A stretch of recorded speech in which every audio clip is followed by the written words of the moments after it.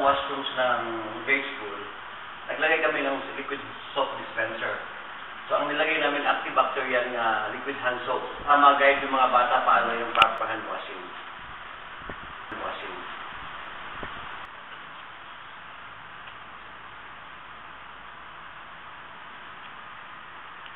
Ito na yung disinfectant ginamit namin. A mixture of an all-purpose, antibacterial all-purpose cleaner and Clorox. Hinalo